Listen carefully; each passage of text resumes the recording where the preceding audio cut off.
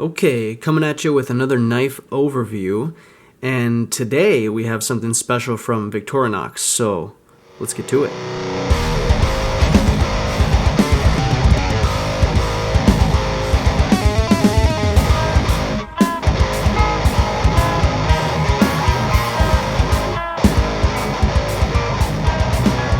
Right, how's everybody doing? Thank you so much for tuning in. Today, we are going to be taking a look at the Alox 2020 limited edition Pioneer from Victorinox, otherwise known as the Swiss Army knife brand. So, first thing, it comes in this cool little box here. It's got the logo kind of embossed in the paper here. And the limited edition is in that cool Alox print, matching the color of the knife. So here we go. This is the 2020. We got that beautiful blue color, and I promise you the camera does not do it justice. In person, it is a whole lot more tantalizing than in the camera. But you can see here we've got our 2020 engraving on there, in this beautiful sort of light, not really a sea blue, but it's a lighter blue. I guess for comparison to a more of a teal, you can see it's quite a bit more blue than that, but it still matches that pretty nicely. All right, so in this box we've also got some literature that I put in there, just outlining what the limited edition, kind of what their lines mean. So if you're not familiar, Victorinox does a new set of 3 Alox limited editions each year. And so 2020 was this blue color, and they did a Pioneer, a Cadet, and what was the last one? I think it says in here. It's the smaller guy. I forget the name. Oh, the Classic, of course.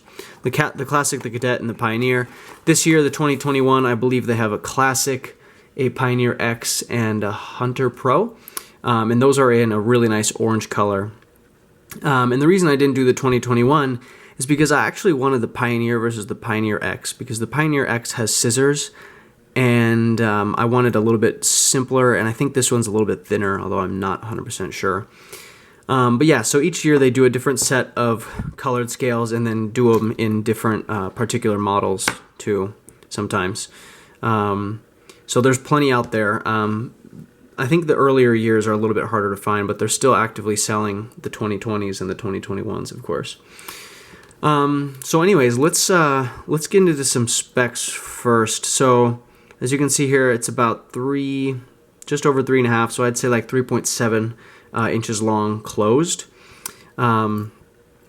It's a relatively thinner knife, so you're looking at about a half inch, maybe just shy of a half inch, which is what really attracted me to this model. And I think most of the Alox models are a little bit slimmer, which I really appreciate. And the width is just under an inch. You're looking at it on the thickest part, it's just under an inch. So it's really a good compact knife. It's relatively lightweight. We're going to do some comparisons here. I just want to show you the open blade length. It's about 2.75 inches, so just under 3, which is nice, and puts you in some good areas for legal limits, and especially because it's a slip joint, two-hand opener. These are pretty friendly, pretty well established and well received. So the first thing I want to compare it to is my 2 other Swiss knives. So I have my Evolution Grip and my Trekker. And this guy, actually, cool story, I got this when I was like in 4th grade. I bought it in Zurich, Switzerland at the Victorinox store, and have had it ever since. So this one's kind of special to me. But I don't really carry this that often, or ever, because it's so thick. So if you compare it, you can see the relative thickness is, close to double. Because this is a 4-layer, and the new one is a 2-layer. And so it makes a pretty considerable difference in the pocket. And so this is a good, I'll throw this in a backpack, or maybe in the car or something if I'm going out on an adventure. But the reason I wanted the Alox is because it's more of an EDC friendly. I can carry it every day as part of my my EDC spread, which is what I'm totally using this for now. Also have the Trekker, which is quite a bit bigger, and this guy's got a really nice long blade.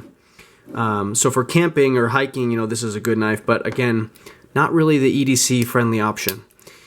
So I think the main thing is the width difference. So you can see just how much skinnier that Pioneer is. And like the Cadet and some of their other models that are smaller are even more EDC friendly. But the reason I like the Pioneer so much, and we're going to get to this, is it has this reamer. So we'll talk about that in a second. But anyway, there's that comparison. And then just comparing it to some of my other main EDC knives here, the PM2 and the 940. So, obviously the Pioneers are quite a bit smaller in all dimensions.